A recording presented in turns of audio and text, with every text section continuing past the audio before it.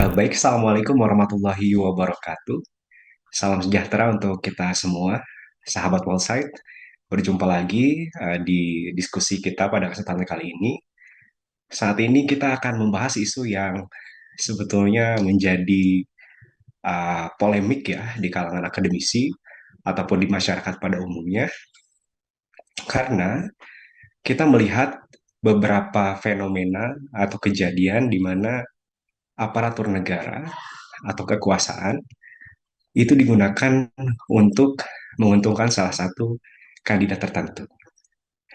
Nah, mudah-mudahan ini hanya asumsi, tapi saya tidak tahu realnya seperti apa.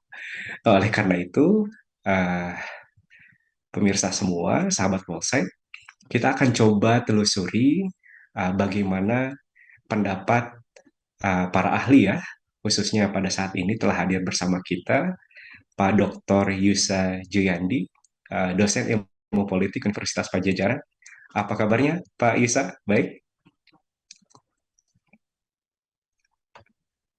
Oke, mungkin sedang agak freeze ya.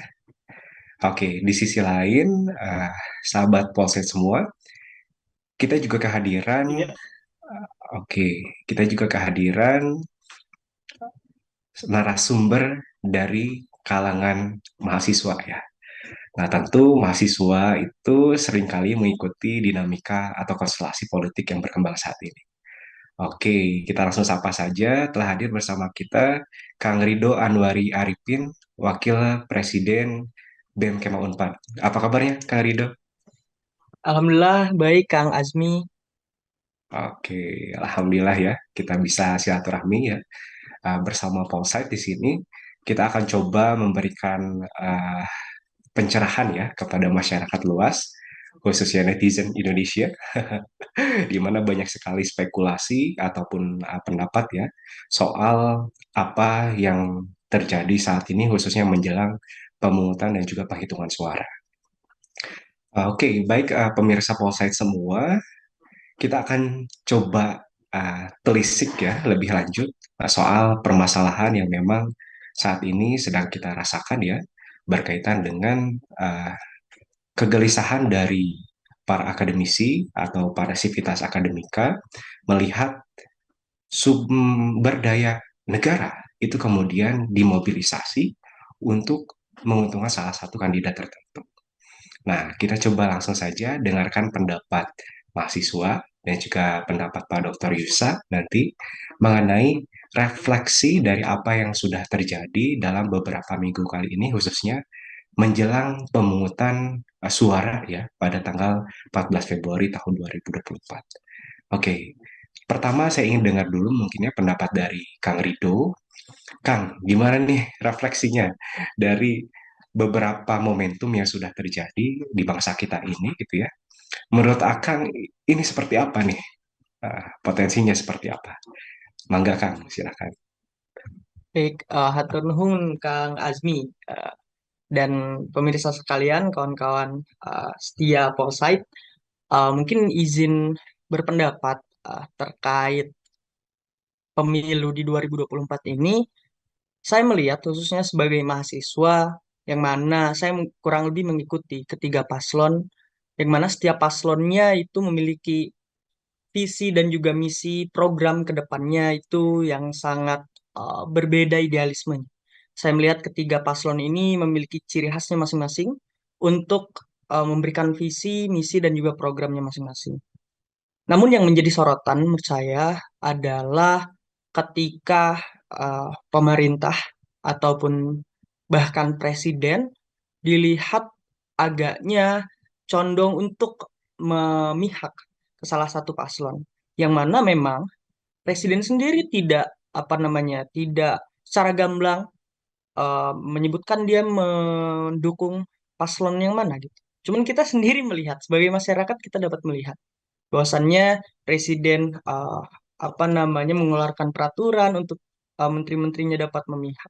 Dari situ saja saya melihat sebagai masyarakat, sebagai mahasiswa, ada suatu hal yang ganjil, ada suatu hal yang memang menurut saya tidak perlu dilakukan gitu sih. Oke, Wah, jadi memang dari pandangan mahasiswa itu sudah bisa menilai ya Kang ya, ada hal-hal yang tidak sepatutnya dilakukan. Oke, tapi ini terpapar apa namanya terpampang jelas gitu ya, dilakukan oleh penguasa negara. Nah, kita coba dengarkan pendapat dari Pak Dr. Yusa. Benarkah Pak, apa namanya, ada upaya untuk menguntungkan salah satu kandidat tertentu dari beberapa peristiwa yang telah terjadi saat ini? Iya, baik. Sebelumnya suara saya terdengar ya. Mudah-mudahan Oke, jelas. sudah terdengar Pak. Tidak bermasalah dengan jaringan ini. Oke, baik. Jadi kita mengamati ya bahwa dalam beberapa waktu terakhir, ini sudah beberapa hari ini, sebenarnya muncul kegelisahan dari banyak sekali ya, kalangan di perguruan tinggi, baik itu negeri ataupun swasta, yang terkait dengan kegelisahan terkait dengan arah demokrasi yang dijalankan pada saat ini. Terutama kalau kita bicara soal pemilu. Kenapa? Karena dalam kontestasi pemilu saat ini, ketika kemudian kita bicara soal pencapresan, yang kemudian kita bicara juga di situ ada sosok dari anaknya Pak Jokowi, ya Gibran, yang kemudian muncul polemik di mana ada apa namanya sebuah perubahan peraturan terkait dengan bagaimana pencalonan seorang cawapres yang kita kemudian juga mengikuti perkembangannya, di mana pada akhirnya ditemukan adanya suatu kejanggalan, adanya suatu penyimpangan yang dilakukan oleh Ketua Mahkamah Konstitusi, yang kita tahu juga bahwa beliau merupakan adik ipar dari Presiden Pak Jokowi. Kemudian dalam apa namanya fenomena yang berkembang berikutnya, kita tahu bahwa uh, setelah ditemukan adanya kecurigaan-kecurigaan, terus kemudian juga adanya dugaan kuat penyalahgunaan kewenangan, maka Ketua MK diberhentikan dalam posisinya sebagai ketua dan kemudian digantikan. Nah, waktu itu Pak Jimli Asyidik dan juga beberapa apa namanya eh, apa hakim yang kemudian juga mencoba untuk memberikan suatu penilaian justifikasi terhadap apa yang terjadi, telah memberikan suatu titik terang terhadap adanya dugaan penyalahgunaan wewenang tersebut. Kemudian diikuti lagi dalam beberapa sequence ataupun peristiwa-peristiwa berikutnya, kita tahu bagaimana kemudian Pak Jokowi menyampaikan terkait dengan bahwa presiden juga punya hak politik.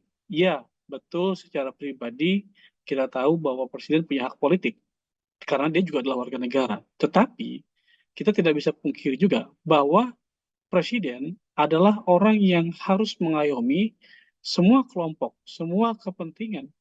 Kalaupun dia punya hak politik sebagai individu, maka setidaknya ada etika yang kemudian harus dijaga oleh seorang presiden, yaitu bagaimana dia tidak secara terang-terangan untuk apa? Untuk mendukung, untuk mendorong salah satu pasangan calon presiden ataupun wakil presiden yang ada pada saat ini.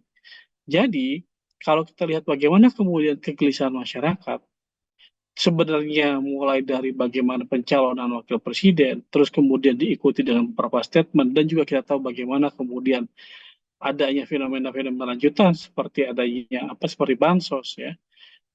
Semakin banyak kemudian masyarakat gelisah, khawatir berkenaan dengan potensi penyalahgunaan kekuasaan oleh presiden, dan kita tahu juga bagaimana kemudian uh, apa namanya tindak lanjut yang dilakukan oleh Pak Mahfud ya, terus kemudian juga oleh beberapa orang yang apa namanya mengundurkan diri dari kementerian dan juga dari pemerintahan ya. Bukan hanya Pak Mahfud, tapi juga yang lain. Ya, ada beberapa orang yang setidaknya kita tahu telah keluar dari pemerintahan. Dan isu ini bukan terjadi dalam kurun waktu 1-2 hari. Ya. Sebelum-sebelumnya juga sudah ada bagaimana kemudian isu berkenaan dengan Ibu Sri Mulyani dan juga beberapa menteri lainnya. Mengapa itu muncul? Nah, tentunya ada suatu kegelisahan, ada suatu kekhawatiran. Ya, bagaimana kemudian juga kita mendengar berkembangnya apa namanya isu beberapa menteri membuat WhatsApp group, kemudian mereka bertanya kepada Pak Mahfud MD, bagaimana sikap kami, apa yang harus kami lakukan. Itu kan juga merupakan suatu bentuk kegelisahan. Dan kita, masyarakat yang ada di luar pemerintahan, lebih lagi memiliki kegelisahan yang besar ya. Jadi mereka yang ada dalam pemerintahan saja gelisah, apalagi kita yang berada di luar pemerintahan. Saya kira begitu. Oke, baik, terima kasih Pak Dr. Yusa. Nah, kiranya Kang Rido, dari apa yang sudah dipaparkan oleh Pak Yusa, ada beberapa runutan kejadian ya, yang ternyata kalau kita hubungkan gitu ya, ini menjadi semacam mekanisme bahwa betul atau terbukti adanya mobilisasi kekuasaan negara untuk menguntungkan salah satu kandidat tertentu. Nah, dari Kang Rido sendiri, Kang, apakah memang hal itu secara kualitatif bisa dirasakan oleh gerakan mahasiswa saat ini? Ya, eh, dalam gerakan mahasiswa sendiri sejauh ini yang saya rasakan juga itu yang dirasakan kawan-kawan mahasiswa juga. Terakhir saya mengikuti gerakan mahasiswa yang berada di Jakarta. Kalau mungkin tahu Forum Anomali, di sana kita sama-sama untuk apa ya, mempertanyakan pada akhirnya independensi dari pemerintah ataupun nilai netralitas dari pemerintah ini dipertanyakan pada pemilu 2024 ini. Karena eh, tadi apa yang Dr. Yusa juga sampaikan bahwasannya runtutan dari kejadian-kejadian tersebut memang dirasakan oleh kita semua. Pada akhirnya kami melihat Presiden Jokowi tidak eh, memiliki nilai netralitas tersebut gitu. Jadi, apa salahnya kami sebagai masyarakat, saya sebagai mahasiswa untuk mempertanyakan pada akhirnya. Dan jika memang Presiden Jokowi dan jajarannya menginginkan untuk apa namanya untuk memihak, ya sudah cuti saja gitu. Kan itu sudah clear dan tidak akan memakai fasilitas negara untuk berkampanye gitu. Beda halnya terselubung ya, Kang ya. Ya, betul. Oke, jadi saya sudah menemukan clue-nya tadi dari paparan Pak Dr. Yusa dan juga Kang Rido gitu ya. Ternyata ada sebuah urgensi gitu ya, bahwa ternyata eh, penyelenggara negara, khususnya pemimpin bangsa ini, itu harus menjaga netralitasnya. Sebetulnya kita ingin dengar pendapat lebih lanjut agar masyarakat juga bisa mengikuti gitu ya. Apa sih sebetulnya urgensi dari netralitas penyelenggara negara, khususnya dalam arti di sini pemimpin politik ya. Kita ingin dengar jawaban dari Pak Dr. Yusa terlebih dahulu. Silakan Pak, mungkin bisa direspon terlebih dahulu. Baik nih, kalau kita kembali eh, bicara bagaimana seorang negara ya, kepala negara juga sebenarnya juga apa namanya aparat pemerintahan yang ada di bawahnya itu bisa memberikan suatu rasa kesejukan ya, ataupun kemudian kita bicara mereka bisa mengayomi semua pihak yang ada di negeri ini.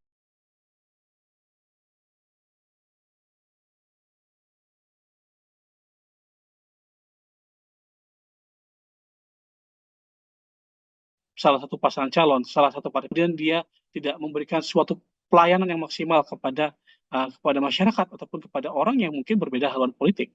Nah, kenapa bagi aparat pemerintah itu perlu kita bicara tentang netralitas? Karena yang dilakukan atau kita bicara tentang public service ya, pelayanan publik yang dilakukan itu bukan hanya diperlukan oleh orang-orang dengan suatu preferensi politik tertentu. Kalau kita bicara pelayan pemerintah, semua orang memerlukan pelayanan pemerintah. Mau itu dari kubu 01, 02, 03, mau dari partai apapun itu, mereka perlu pelayanan pemerintah. Bentuk dari pelayanan pemerintah itu bermacam-macam. Ya. Contoh kalau kita bicara dalam konteks pemilu, ya, dalam pemilu pelayanan pemerintah itu apa? Pelayanan pemerintah adalah memberikan suatu rasa keadilan bagi masyarakat. Semua orang, semua pasangan calon, semua calon anggota legislatif, semua partai politik ya, harus diberikan rasa keadilan itu sendiri. Bahkan pemilih pun harus diberikan rasa keadilan. Dengan apa? Dengan tidak adanya intervensi, tidak ditakut-takuti, tidak dipaksa ya oleh siapapun, termasuk oleh pemerintah. Kalau misalkan pemerintah tidak memberikan suatu rasa keadilan, berarti ada persoalan dalam pelayanan yang diberikan oleh pemerintah. Kenapa pemerintah tidak adil? Karena apa? Karena pemerintah berpihak pada siapa? Pada pasangan tertentu, pada partai politik tertentu, pada kelompok tertentu. Nah, itu yang tidak diperbolehkan. Betul, tadi saya sepakat dengan Kang Rido. Jadi kalau kita bicara baiknya bagaimana presiden? Ya, kalau bisa dia cuti. Ketika cuti, bagaimana dengan tugas negara? Kan ada wakil presiden. Tetapi bila mana kemudian presiden merasa ini ada banyak sekali tugas-tugas negara yang dia tidak bisa cuti, maka ada etika politik yang menjadi guidance, petunjuk di situ. Apa petunjuknya? Ketika misalkan presiden punya apa orientasi politik tertentu, jangan sampai kemudian secara transparan ataupun terang-terangan dikemukakan dalam publik, apalagi menggunakan fasilitas negara, apalagi menggunakan kekuatan yang dia miliki. Jangan biarkan itu menjadi rahasia pribadinya. Ya, saya kira kalau itu sudah dijalankan, maka tidak ada semacam kegaduhan yang terjadi pada saat ini. Oke, baik, terima kasih Pak Yusa. Tadi sudah banyak ya yang disampaikan oleh Pak Yusa. Kami harapkan juga publik bisa menilai ya dari paparan Bapak bahwa memang penyelenggaraan negara di sini tidak hanya dikaitkan pada pemimpin politik saja, tapi juga aparatur sipil negara ataupun kepolisian ataupun TNI yang mungkin nanti dipengaruhi ya oleh kekuatan dari pemimpin politik gitu sehingga bisa menguntungkan salah satu kandidat tertentu. Nah, kalau dari perspektif mahasiswa sendiri, Kang Rido, nah apa sih sebetulnya urgensi dari netralitas gitu ya? Nah, saya ingin sedikit ini Kang, apa namanya, sedikit merefleksikan saja dari pemilu ke pemilu ya, khususnya tahun 2014 ya, sampai dengan saat ini kita akan menghadapi pemungutan suara 2024 ya. Di 2014 sampai dengan 2019 kita lebih banyak di apa namanya disuguhi ya masyarakat itu lebih banyak disuguhi soal berita-berita politik identitas ya atau pembelahan masyarakat. Tapi saat ini kasusnya beda nih.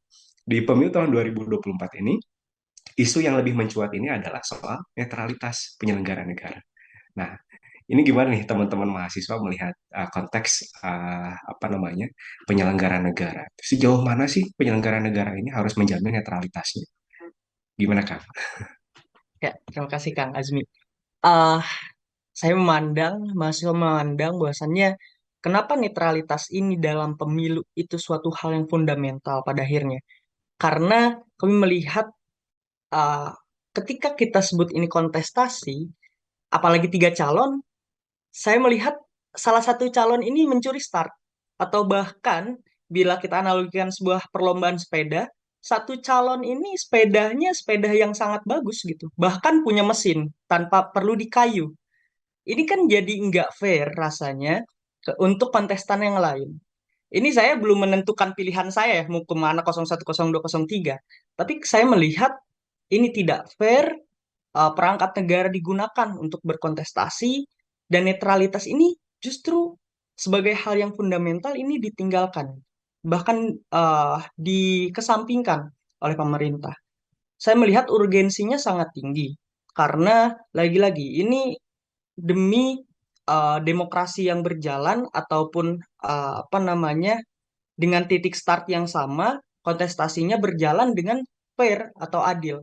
Saya melihat apa urgensinya ke arah sana sih, Kang Azmi. Oke, ya. Jadi sahabat Polsek semua dari kedua narasumber ini kita bisa memahami ya ternyata memang netralitas penyelenggara negara itu memang sangat diperlukan dalam proses kontestasi politik. Nah, sebetulnya isu tentang netralitas negara itu juga bukan hal yang baru ya, sahabat semua, karena memang negara kita itu sudah mengatur ada regulasi tentang pelarangan keberpihakan aparatur sipil negara ya di dalam kontestasi politik. Tapi ya lagi-lagi gitu ya, jikalau misalkan ada seseorang yang memobilisasi dan memiliki kekuasaan yang sangat besar, ini bisa saja membuat semacam pelaziman gitu ya untuk mobilisasi atau menguntungkan salah satu kandidat tertentu. Nah, oleh karena itu saya ingin memfollow up nih, menindaklanjuti tadi apa yang disebut Kang Rido soal ya udah kalau gitu presiden cuti aja gitu ya. Nah, apakah penting menurut Kang Rido itu sendiri kalau presiden itu harus mendeklarasikan dukungannya gitu ya. Jadi jangan sampai misalkan tetap menjabat sebagai presiden tapi menggunakan sumber daya yang ada untuk mendukung kandidat tertentu. Nah, gimana kan? Ya, saya rasa sebagai masyarakat, sebagai warga negara, ketika melihat presiden kita apa namanya ber apa ya memihak salah satu, saya rasa harusnya dikesampingkan terlebih dahulu tugas yang utamanya. Maksudnya apa? Kan presiden saya sepakat dengan Pak Yusa. Bahasannya pada akhirnya ini akan bias ketika presiden melaksanakan tugasnya sebagai presiden, namun masyarakat tahu eh, bahwa presiden ini memihak salah satu paslon dan akan selalu disangkut pautkan pada salah satu paslon ketika presiden ini memihak. Nah, kenapa presiden ini harus untuk apa namanya tidak boleh pada akhirnya menggunakan perangkat negara untuk memihak salah satu paslon?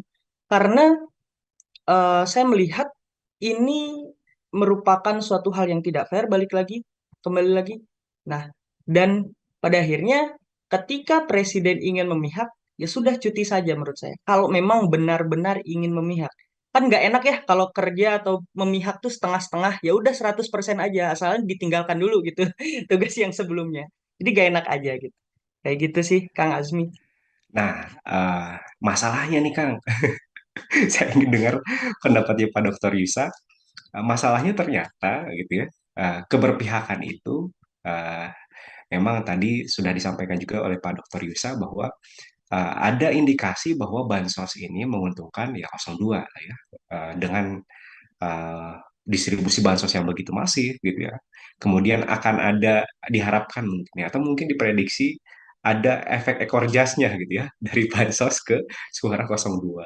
Nah, menurut Pak Dr. Yusa sendiri, Pak, jadi sebetulnya apakah secara etis ini diperbolehkan gitu ya dengan mengalokasikan anggaran yang begitu besar untuk bantuan sosial ya apalagi kita tahu bahwa ternyata ada pemotongan anggaran ya di kementerian-kementerian untuk kemudian dialokasikan ke bantuan sosial menjelang pemilu. Nah, bahkan lebih ekstrim lagi ya, ada beberapa kritik yang menyatakan bahwa alokasi bantuan sosial di masa COVID-19 dan juga di masa pemilu itu ternyata relatif lebih tinggi di masa pemilu gitu ya. Nah, ini menurut Pak Yusa ini seperti apa, Pak?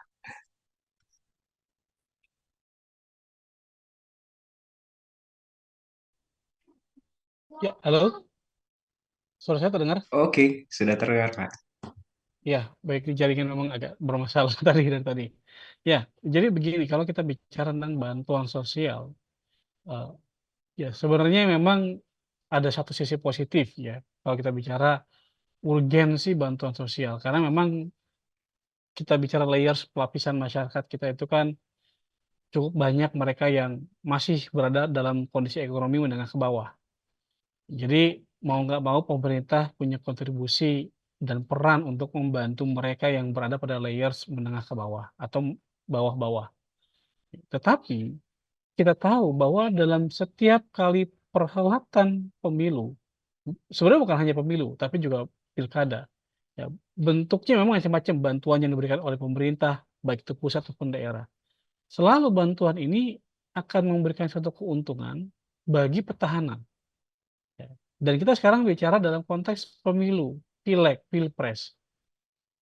Dalam setiap kali perhelatan pemilu, terutama kita bicara pilpres yang sekarang lagi ramai ini, adalah bantuan sosial. Kenapa? Karena kalau kita lihat ya, bahwa bantuan sosial ini begitu masif diberdayakan, didorong agar kemudian cepat terdistribusi di tengah-tengah masyarakat yang membutuhkan. Dan kita tahu bahwa mereka yang berada di lapisan menengah ke bawah jumlahnya lebih banyak daripada mereka yang berada di lapisan menengah ke atas. Yang tentunya ketika orang merasakan begitu banyak bantuan yang diberikan oleh pemerintah, maka yang muncul adalah stigma positif terhadap pemerintah. Tetapi persoalannya adalah kemana saja sebelumnya, ya kenapa bantuan sosial ini begitu masif didorong pada saat ini, sedangkan sebelum-sebelumnya ya tidak begitu, apa namanya, tidak begitu terekspos. Bukan berarti tidak ada sama sekali sebelumnya, ada, tetapi kita lihat bagaimana kemudian penyaluran atau pendistribusian bantuan sosial jelang pemilu ini sang apa yang ada pada sebelum pemilu. Dan, eee, ini pada akhirnya menimbulkan polemik. Kenapa? Karena ketika kita bicara politik ya, politik tidak hanya kita bicara soal ajar, kita tidak hanya bicara soal bagi-bagi amplop yang legislatif, tetapi kadangkala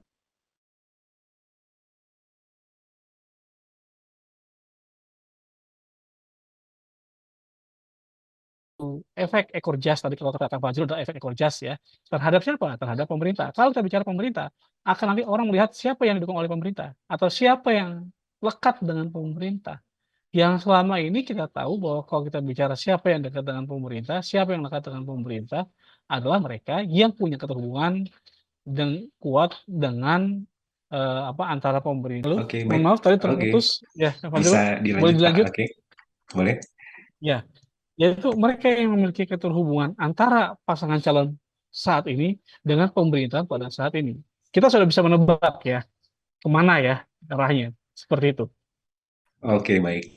Jadi kalau misalkan publik bertanya-tanya, kemana nih arahnya pemerintah atau keberpihakan pemerintah, dari mulai aliran darah aja, ya, kita sudah bisa menebak ya, Pak, ya. Ya betul, kita Selain sudah itu bisa dari menebak, apalagi postingan sekarang sudah sangat jelas kan siapa orang-orangnya kan, pejabat, ya begitu. menterinya, ya, ya, ya. Oke. Baik, sahabat puasa sekalian ya. Kalau misalkan eh, apa namanya, di setiap pemilu itu seringkali kita dengar bahwa eh, caleg incumbent atau misalkan anggota di pemilu selanjutnya gitu, itu kemudian mereka punya wewenang atau punya hak untuk melakukan reses ya, di mana reses itu menggunakan eh, apa namanya, menggunakan sumber daya negara gitu ya, untuk bisa memasuki wilayah konstituen gitu ya, untuk bisa bertemu dengan konstituen. Nah, di sisi lain gitu ya, mungkin eh, pola-pola bansos itu juga seperti halnya reses untuk bisa eh, masuk bertemu dengan konstituen, khususnya tadi kalangan apa namanya, menengah ke bawah, untuk kemudian bisa mempengaruhi mereka sehingga cenderung bisa memberikan suara mereka kepada salah satu kandidat tertentu. Nah, oke. Saya ingin lanjut ke pembahasan selanjutnya ke Kang Rido ya, Kang. Jadi menurut Kang Rido sendiri, uh, jadi bagaimana sih seharusnya negara itu bersikap, Kang? Apakah praktek-praktek seperti ini itu bisa dibenarkan atau tidak?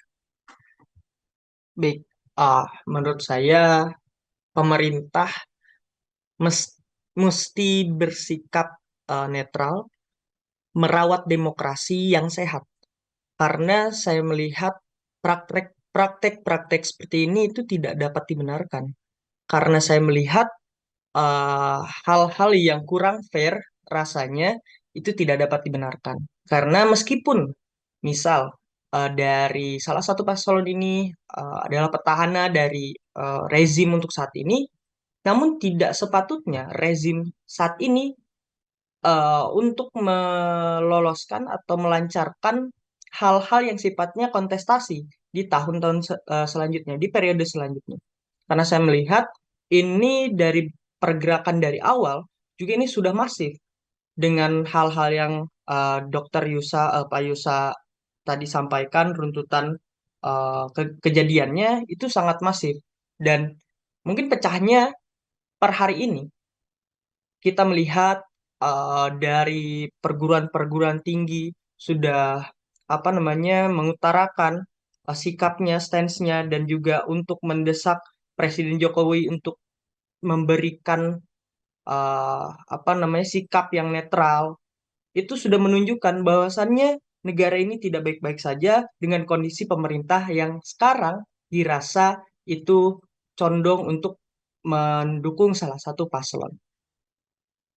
Oke, jadi dari paparan Kang Rido, keteladanan itu sangat penting ya, Kang ya, yang diberikan oleh Presiden kepada masyarakat bahwa kita ingin melihat ya kontestasi yang betul-betul fair ya, jujur dan juga adil, yang berintegritas, yang menjamin demokrasi kita itu bisa dilaksanakan dengan baik. Nah, kemudian kita ingin mendengarkan pendapat dari Pak Dr. Yusa. Jadi sebetulnya bagaimana Pak seharusnya negara ini bersikap gitu ya dalam menyikapi kontestasi politik di pemilu tahun 2024. Baik, kalau kita bicara soal bagaimana negara atau penyelenggara negara harus bersikap, maka kata kunci yang pertama adalah kita bicara soal netralitas. Kata kunci yang kedua adalah adil. Dan kata kunci yang ketiga adalah mengayomi, ya, ataupun kemudian melindungi semua pihak. Jadi tidak hanya kepada apa namanya pihak yang satu, pihak yang kedua, atau pihak tapi semua. Jadi tidak ya itu nanti memang terkait dengan netralitas itu sendiri. Jadi kalau misalkan bicara netralitasnya sudah ada, keadilannya sudah terjaga, sudah mengayomi semua, maka insya Allah jadi apa namanya semua ya akan berjalan sesuai dengan tracknya atau sesuai dengan rambu-rambunya. Demokrasi ini akan berjalan dengan baik, ya.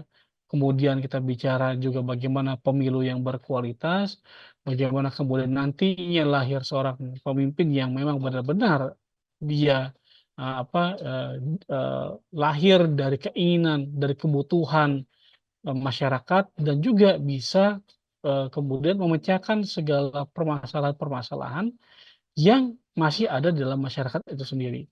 Dan tanpa adanya ketiga kata kunci tadi, maka yang akan muncul adalah ya ketidakadilan, adanya rusaknya kualitas demokrasi, kemudian tidak munculnya seorang pemimpin yang bisa mengayomi, melindungi, dan kemudian menjawab kebutuhan masyarakat.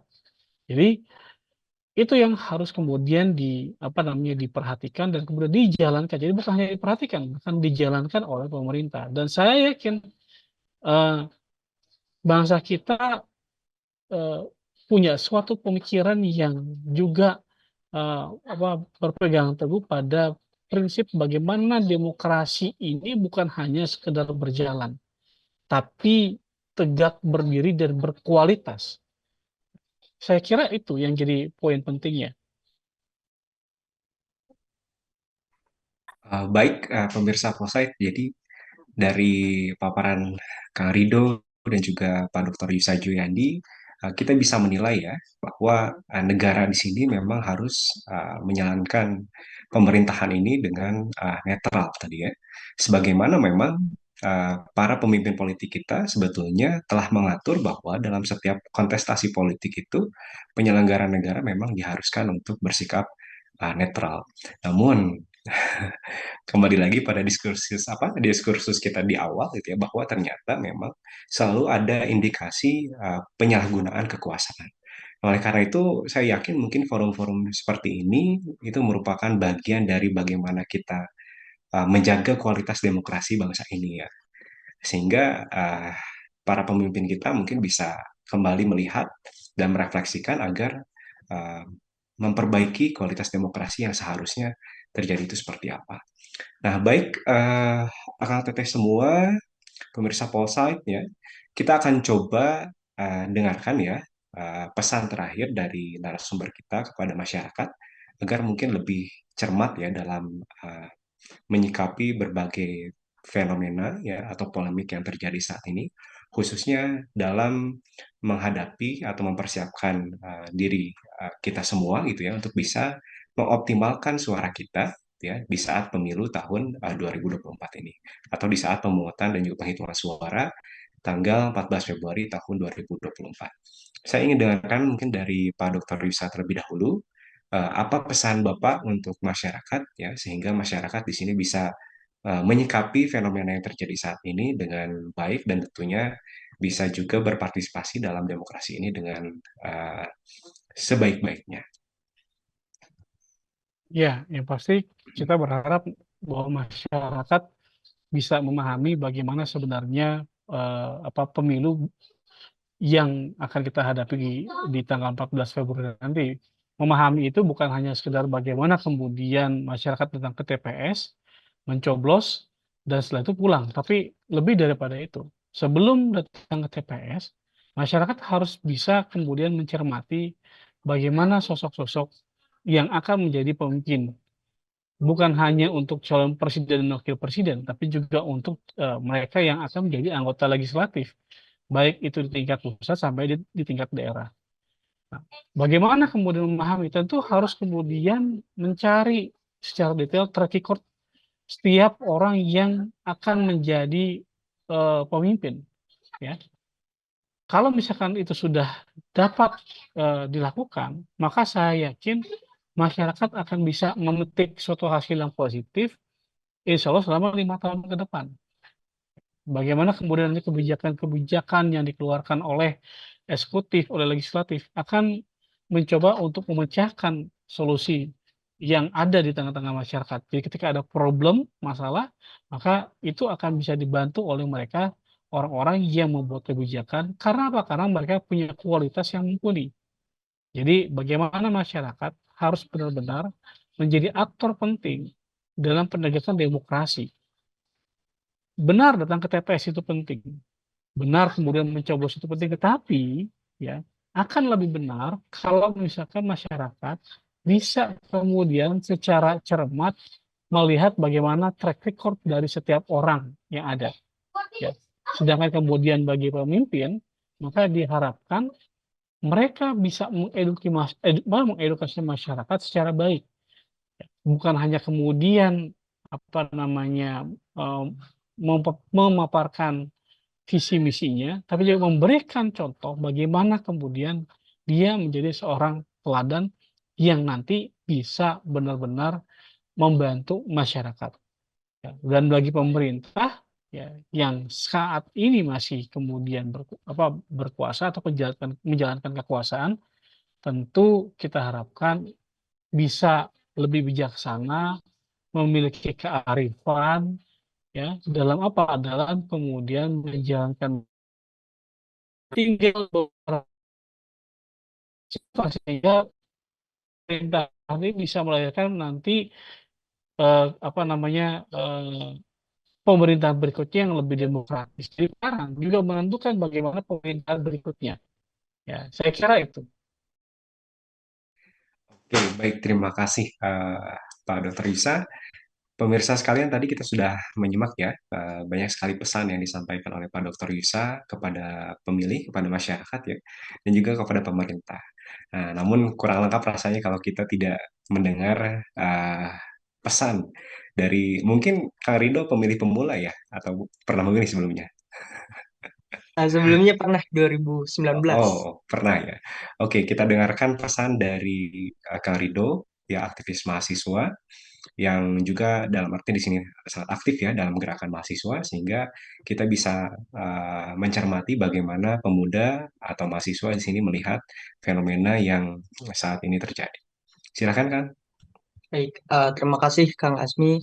Mungkin untuk kawan-kawan mahasiswa, untuk masyarakat Indonesia, pemilu ini saya sepakat bukan hanya mencoblos di TPS saja.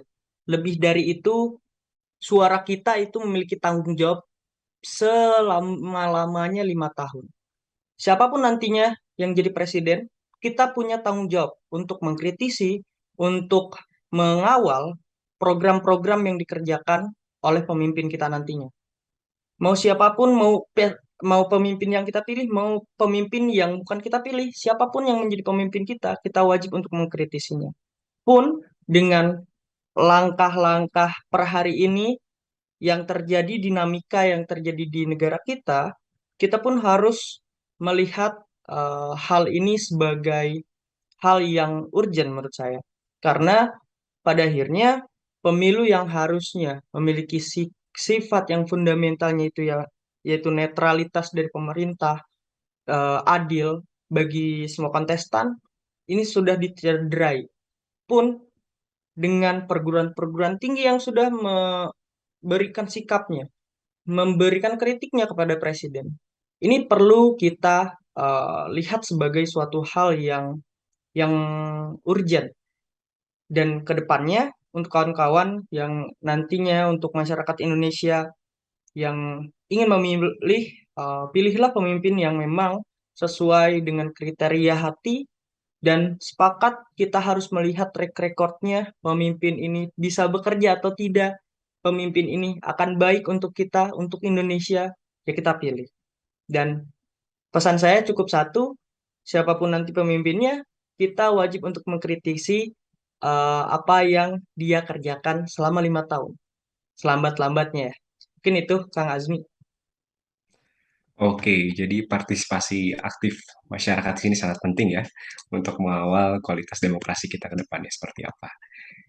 Baik, terima kasih atas kehadiran dan juga diskusi yang saya yakin ini akan memberikan hazanah ya kepada publik semua untuk bisa lebih mencermati ya dan juga lebih peka terhadap isu-isu politik yang terbaru ya, khususnya yang berkaitan dengan bagaimana seharusnya negara itu bisa memberikan teladan kepada masyarakat dan juga tentu bagaimana praktik bernegara itu seharusnya tetap mengedepankan aspek etika sehingga tadi bisa menjamin proses penyelenggaraan pemilu yang jujur, adil dan juga berintegritas.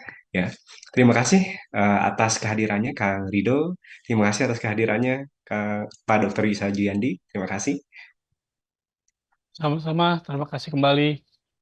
Atur nuhun Oke, Kang Azmi, atur nuhun Pak Yusa. Sehat selalu. Amin. Sama-sama. ya, oke, sehat selalu Kak Rido, sehat selalu Pak Yusa. Baik, sahabat Polsite, Amin. apa yang sudah kita diskusikan tentu ini menjadi wacana ya, menjadi pemahaman bagi kita masing-masing.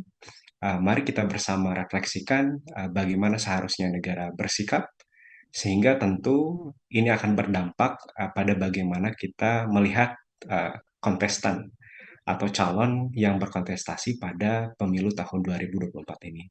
Kami berharap pemirsa Polsek semua bisa tadi mempertimbangkan aspek strategis seperti halnya program dan juga rekam jejak dari kontestan untuk bisa nanti kita pilih dan juga kita harapkan bisa memimpin Indonesia ini menjadi negara yang memang sesuai dengan cita-cita bangsa kita semua. Baik, demikian yang bisa kita sajikan kepada pemirsa sekalian. Terima kasih atas perhatiannya. Mohon maaf jika misalkan ada hal yang kurang berkenan. Billahi taufiq wa hidayah. Wassalamualaikum warahmatullahi wabarakatuh.